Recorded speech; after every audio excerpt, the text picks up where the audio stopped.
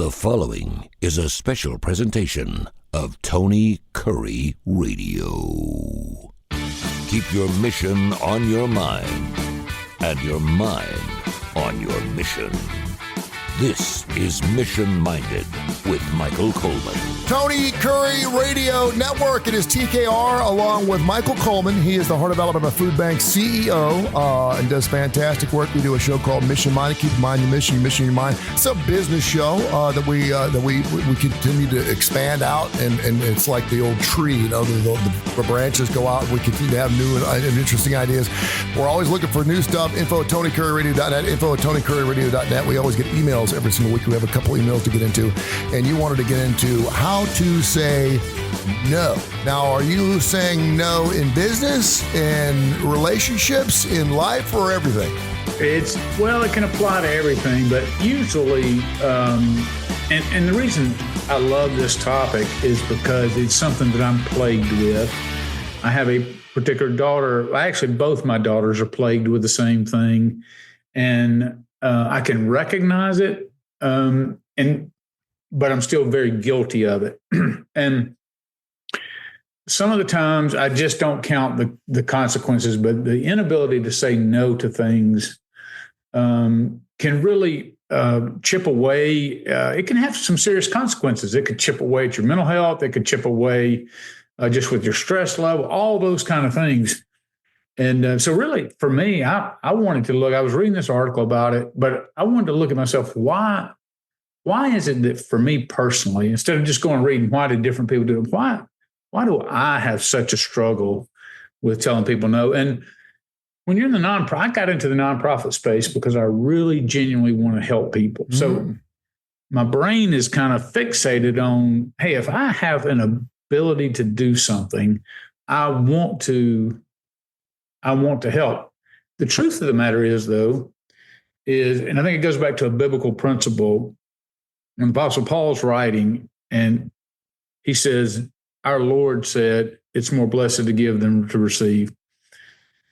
So when you think about that, there is a blessing, a feeling, all that, however you want to define it, that comes with giving of yourself. And the reason that's so important is because it feels good. Mm-hmm. Now, and so some people will go, well, can doing something for somebody ever truly be altruistic, or ultimately are we doing it to get that blessing or that feeling? Probably a little bit of both. Well, I think God sorted it that way so that when you do give of yourself and you do impact even somebody's life, even on a small level, that there is something special and unique that comes back your way. So the pain is, hey, I'm making a sacrifice, but I'm getting something back for it. Now, if we describe it as a temporary dopamine rush or whatever, I'm not sitting around going, man, I got to go figure out how to help somebody. So I really need a shot of dopamine in my, Yeah, well, but, you know when the one had to do that, because by that time, if you don't mind me interjecting, by that time, everyone knows you're the person that will do whatever it takes. That's right. And my mom, this is a great topic. My mom was the same way when she was in her mid-70s. She came up to me, and this was she was on the cusp of Alzheimer's. She hadn't gotten there yet. And she'd been dumped on so many times. She always said yes. She always picked up somebody. She was always making a casserole dinner. But she would do things when she wasn't asked to do things. If someone down the street broke a leg, she'd be the first one to put together, a group of people in the neighborhood to make dinner. She would do things even when she wasn't asked to do things. And she eventually came to me one day and she says, you know what? I'm tired. I'm not doing it anymore. People take advantage of me. And I said, Mom, you have to, because that's who you are. That's what makes you feel good. It makes you feel good to do things for people, because she would create things. She'd create non-for-profits just because it made her feel good inside. And so I said, you're not allowed to complain about that. God made you the way you are. You're good at what you do, and you will not be you won't be forgotten. God's going to take care of you when you get up in the pearly gates. I said, but that's who you are. But I mean, if you're going to do that and be that kind of person, and I've seen it with my ex, where it's just like, without chaos, they can't live. There's constantly something that's got to be going on. And like you said, if you develop a reputation, it's like in church or in civic clubs, 20% of the people are going to do 80% of the work. Yep. And it's because once you figure out somebody's good and reliable and dependable and is not going to push back and fuss, then you tend to gravitate towards them for everything, and they just keep taking it on like a pack mule. Well, one of the things that for me is I struggle with saying no, because not at least I don't think it's primarily because of me. I have a desire that I want to help, but I become blind to my scheduling, my own mental health needs, all those kind of things. And so these were just a couple of points to think about for those in the audience who, and I know there's so many of us who struggle to say that. So part of it can just be starting with changing the context. So you're like, instead of that thought of telling somebody no, disappointing them, turning a need away, all that kind of stuff. And then we become riddled with guilt. Oh, I could probably do it if I shifted some things away, is starting from a point of what you're going to say yes to. And so you kind of build your calendar out, like you set the priorities in your life. So it may be that I say, hey, I've got, instead of saying yes to everything, I'm going to say yes to my civic club. I'm going to say yes to my church, but I'm not going to say yes to any other request, like to travel or to speak or whatever it is. And I'm just going to draw that because I'm going to give that time. I'm not going to overwhelm my schedule, which really kind of rolls into another point, which is instead of always wanting the new dopamine hit or the new help, the new blessing, whatever it is, we need to take some time and realize if you're saying yes to a lot of things, you're making a difference. Sometimes it's just very small, but you're making a difference or you're making an impact in somebody's life. And I think sometimes it's very healthy. We don't want to pat ourselves on the back. We're afraid of becoming prideful, and I think all that's good. But I think sometimes we need to take some time to appreciate the fact that we are making ourselves available, and that with some people, we're doing things and we've changed people's lives. And just to kind of rest in that for a little bit, to say, that feels good. I don't have to jump on to the next thing and so jam my calendar up, but that's good for my mental health to not go on to the next thing and just to say, hey, I feel good today. I made a difference in somebody's life. I can wear that for a couple of days. And instead of just skipping over it and minimizing it, like, well, that's what I'm supposed to do. I'm supposed to help people. I feel guilty about feeling good about it. I don't want to get prideful. No, I think that's very healthy to go, yes, I've done something good and I feel good about doing it. Does it depend on who you're saying no to? It can. And that's what I'm saying. This is where everybody's got to figure that out for themselves. So you could already look in your life and you could say, there are particular people or particular organizations who do not care about your mental health and will continue to come to you over and over and over. Mm-hmm. So the whole thing is, how do I draw a boundary? And lots of times it's good not to wait until you're asked. If you know people are coming to you and you're like, hey, I got to draw a line. And so, hey, I'm not going to wait till they come and ask you. And I'm going to go ahead and set that line up and say, hey, you and I are friends, or I love this organization, whatever it is. But I'm having to cut back on my schedule. So I'm just understand in advance that here are my priorities. So if you give me a request that fits within those priorities, there's a possibility, there's a better chance that I will say yes. Yep. If you ask me for something, even though I might have the ability to do it, I'm very likely going to tell you no, because I'm prioritizing these things. See, and that comes across as, oh, he's taking charge of his schedule, his mental health, all those kind of things. And you're saying no to them. You're already letting people know. And so if they come back and go, hey, can you do this? And you go, no, I'm sorry, I just can't do it. And it makes it easier because you've already set the tone of, hey, prepare for some no's. They're coming. So if you ask me something outside of the boundaries I've set, then I'm very likely to say no to you. You said the word boundaries. He is Michael Coleman, CEO of the Heart of Alabama Food Bank. This is called Mission Mind, another show called Bite by Bite. We do right after this on Tony Curre Radio. You can hear all these shows wherever you get your favorite podcast. Boundaries. Everyone talks about setting boundaries. And I've heard that word more and more and more as I've gotten older, setting boundaries. What I find really helpful is I've always, whether it's the Ronald McDonald House or the Jimmy Hill Mission or the Heart of Alabama Food Bank or whatever, I want to help out. I want to do whatever. If they ask, I'm certainly going to do that. But I also find myself, and I've been told as one of the boundaries, you can say yes, but you don't have to say yes to all of it.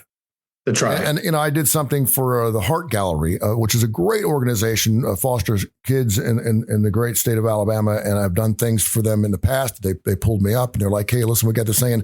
And what turned into me emceeing an evening of about 3 hours turned into, I need you here at noon. We're going to go through a dry run, and then we're going to do the silent auction. And I said, whoa, hold on a sec. You went from having me from 7 till 9 o'clock at night on a Saturday night now to noon to midnight. I said, it's not going to happen. Yeah. And I said, I'm more than happy to help, but I can't give you, and you can use your family as an excuse. You can use, I can't be on my feet for 12 hours, whatever it is. Yeah. But people will take advantage of you. I mean, they will. And I also know from a non-for-profit standpoint, for like Heart Gallery or something like that they have a difficult time.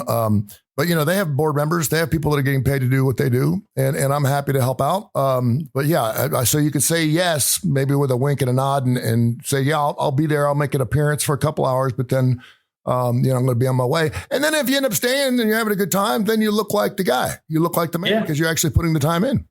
And sometimes people, when they're asked questions, which is another important point here, sometimes they're asked and they're like, well, I don't know where exactly this fits. Maybe there's some ambiguity there where I don't know whether to say yes to. I said, I'm going to say this. Does it fit into this? And so there's no trick that's like, they tell you never go to the grocery store hungry on an empty stomach. Yeah, we're hungry. And it's psychological, but it's very true because you're like, oh, yeah, I want that. But you go full.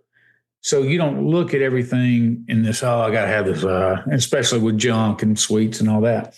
It really can be the same kind of thing where if you think you're excited about, or, hey, I think I might like to do that, but it doesn't fit within my priorities, let it sit there a day or two and ask yourself, hey, tomorrow or 2 days later, am I still excited about that? Or was I just excited to be asked? So kind of see if the excitement wanes down, give it a couple of days. And then if you're like, no, I really think I want to do this. I thought about it a couple of days. I'm excited about doing that. Then great, you put that in your schedule. You ever get an invite? And what's it say at the bottom of this email invites? It says, are you going to attend or are you going to go? It gives you 3 options. No, maybe, yes. Yeah. 99% of us put maybe because we don't want to commit to it unless we have to be there to it. And we don't want to say no because we don't want to look like you invited me to a party. I want to say, so we say maybe, knowing we're not going to go. How dangerous is that? Oh, that's so common. I'm so guilty of that. And because if it's a friend's event, I think to myself, this is important to my friend and I care about my friend now, and I want this event to be successful. Do I care enough about my friend to get up on a Saturday night and go spend 2 hours somewhere that I would rather have bamboo shoots jammed under my fingernails? No. So if I know that in advance, I just come out better saying, no, I'm not available on that or already have plans or whatever. But we don't for that very reason. We try to find that middle ground. And then already knowing in advance, there's no way I'm going to this. Yeah, I find myself, it's like golf tournaments and stuff like that. Hey, when it gets a little closer, just get in touch with me and blah, blah, blah, blah. And then knowing. Or, and I know you've probably done this before, someone will ask you something that's so far out that you say yes to it because you don't have to worry about it for a while. Hey, would you mind speaking to our civic group in April of 2025? You're like, absolutely, I'm in. Because there's no way your calendar's full. I set up meetings all the time, way out. Because I'm like, oh, yeah. Or go, hey, would you drive over to Auburn or drive to Birmingham, whatever? I'm like, yeah, no problem. Because it's fine. But as I get closer, I'm like, I can't be out of the office all day. Look at all the stuff I got going on. So then I end up, that depending on how important it is, I end up canceling. Let me throw last thing in there. Yeah. Is people who jump in are the first ones to put their hands up, oftentimes take away, not intentionally, but take away opportunities for others to grow. Okay. So think about it like this. If I have, and I think about my Rotary Club, it's not a huge Rotary Club, it's about 35 members. Now we have an exceptional Rotary Club. Everybody doesn't volunteer for every single thing, but there's usually a lot of volunteers. And sometimes you want to sit back and go, well, I could do this, but if they don't get enough volunteers, sometimes they'll call somebody directly. And it's a great way to get somebody who's on the fringe of the club, maybe not as active. You want to get them more connected. Hey, and you ask them directly, there's people who will say yes.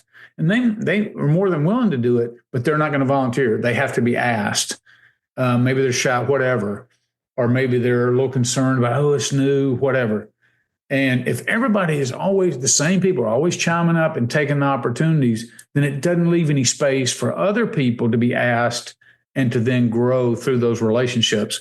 So lots of times saying no is a benefit to others around you because it allows them space to get involved. Great stuff. Info@TonyCurryRadio.net.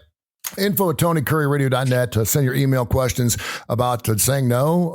If you had some situations where you had to say no and perhaps you wish you would have said yes, I've had those happen a couple times where I'm thinking to myself, doggone it, and it pays? Oh, I thought you wanted me for free. Well, heck yeah, I got nothing going on Saturday night. I'm good to go. I've done a couple of those. My calendar is. Yeah, all of a sudden it's freed up. Got a couple of email questions I want to get into because they're very, very topical. Right. I saw an article, and this is from me, from Entrepreneur Magazine. I do a little prep here before the show. And I thought this was interesting, and I want you to clarify these numbers, that 90% of the buying public likes to use credit card, but 30% of small businesses still don't accept credit cards. And that came out this morning. 30% of small businesses don't accept credit cards. That's a huge nut. And basically the whole article is says customers have a favorite payment method, but 30% of businesses don't accept it. Are you driving business away? I find myself not wanting to go to businesses that don't accept cash, because I still think cash is king and I can keep track of my cash. I like to budget cash. I like to have cash in my pocket. It seems like every time I use my debit card, I have to go back and check my account. I was at a ball game the other day. I'm not going to mention where it was, Bryant-Denny Stadium. And I got charged $53 for 2 lemonades. Yeah. Well, there ain't no way getting that money back. $53 I got charged for 2 lemonades. It showed up and I was like, 53, come on, because I used my debit card.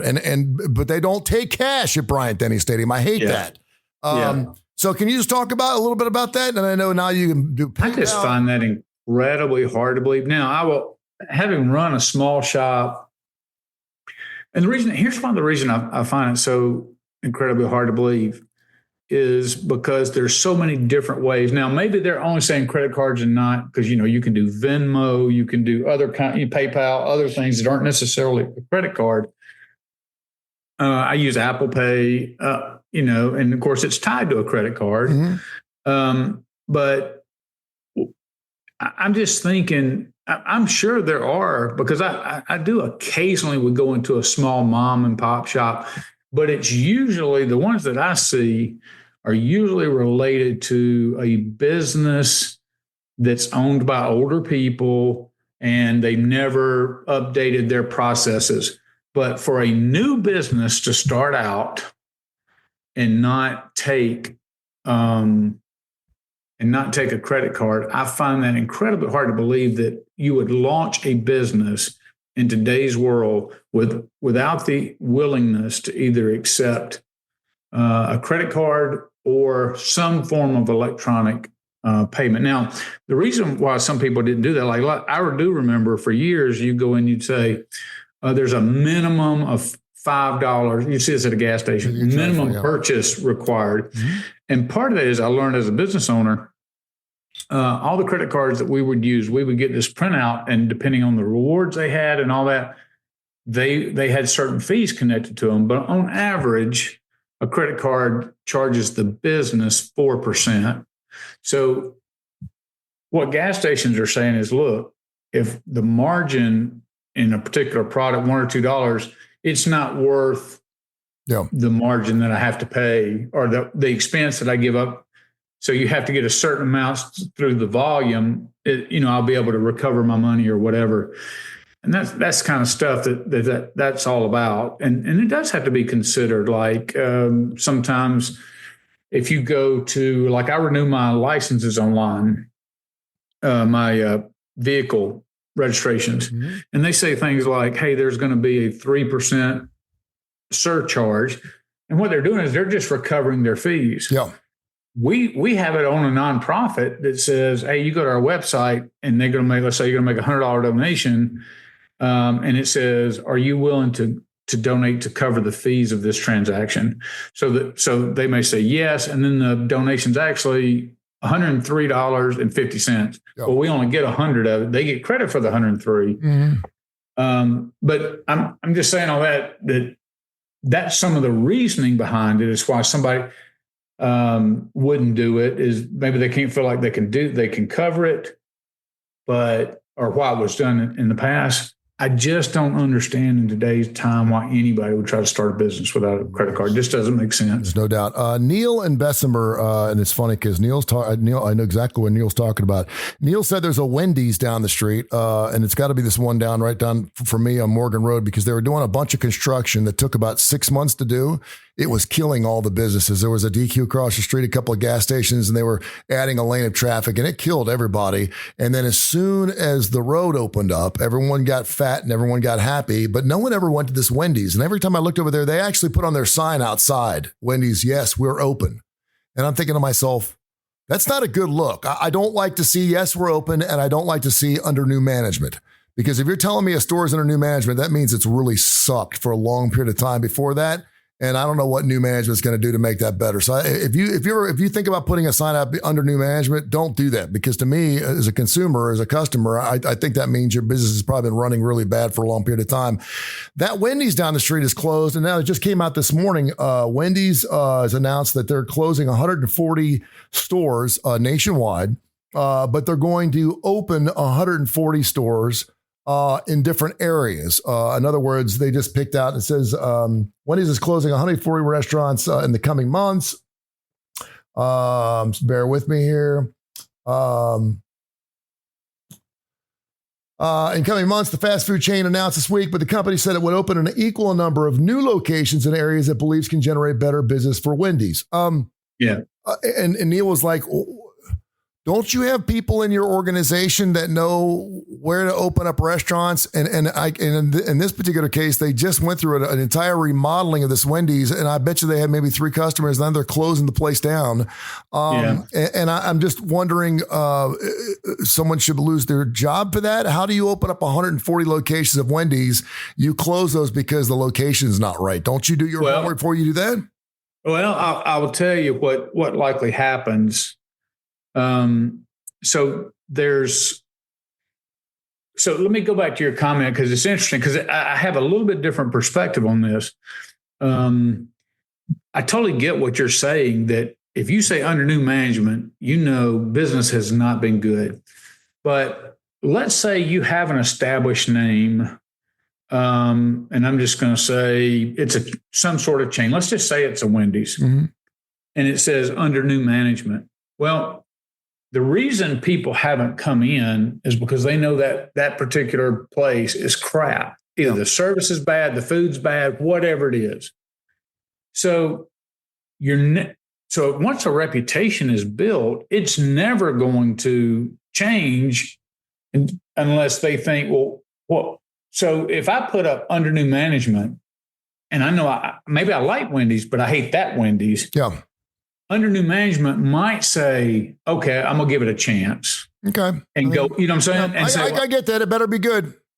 That's right. It better be a home run. That's right. You better make sure you put that up. A customer can detect the change or changes, because you're going to get one shot at them. If they go back through and their experience is anything like it was before, you've lost them. Yeah. And you're never going to get it back. Now, so think about places. We had a function down in my hometown of Greenville, Alabama this morning. So for the podcast, I'm just coming back from Greenville. And I was driving around and I noticed that some of the stuff was about all the way back when I was in high school. So, over 40 years ago, there were some change there.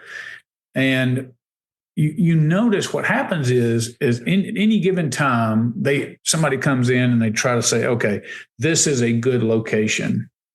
But what they can't actually project is in 20 years, is the population going to shift, and how is it going to shift? Where is it going to shift? So what happens is you might be in a great location, but 20 years later, roads have added, new places, all that. The demographics change, and now maybe it's not so much a great part of town anymore, or maybe it's creeping in, and so there's not many people moving into the neighborhood, or maybe businesses are no longer there, and that's maybe the heart of where you are. So, or you, like you said, you might have something bad that happens. You might have an outbreak of food poisoning, or you could have anything that could taint that particular location. Mm-hmm. And I actually think, so probably those Wendy's that are closing, that those are at least at a minimum some factors that have happened. Yeah. So where I think somebody would get fired is if you went in and like, hey, I told you this was a great location and you could never make it work. And then a year later, you go back and do an analysis and you're like, oh, didn't you see this? Traffic can't get through here. This isn't enough space. This part of town was already dying. That's when a guy needs to be fired because you did not project out 3, 4, 5, 10 years, whatever. It was already going down and you didn't catch it. There was all these things. So it does make sense. What it tells me is Wendy's product is not declining in popularity. If you said I'm closing 140 stores, I might think that. Yeah. But what they're saying is we're closing 140 stores that because of demographic, neighborhood change, all those kind of things, they're not going to ever be profitable. So we're shutting those down. And then we're going to continue as neighborhoods grow up, as all that changes, we're going to continue to meet the demand because our product is still a popular one. Yeah. And I think that's probably what it's. So it's not in any one person's fault that the other ones have failed. Some things are just outside of the business's control. You've been watching Mission Minded here, Heart of Alabama Food Bank's CEO Michael Coleman does fantastic work for us every single week here on the TKR app. The show airs at least 5 days a week along with BBB, Bite by Bite, which is coming up here next right here on Tony Kurre Radio. This has been a special presentation of Tony Kurre Radio.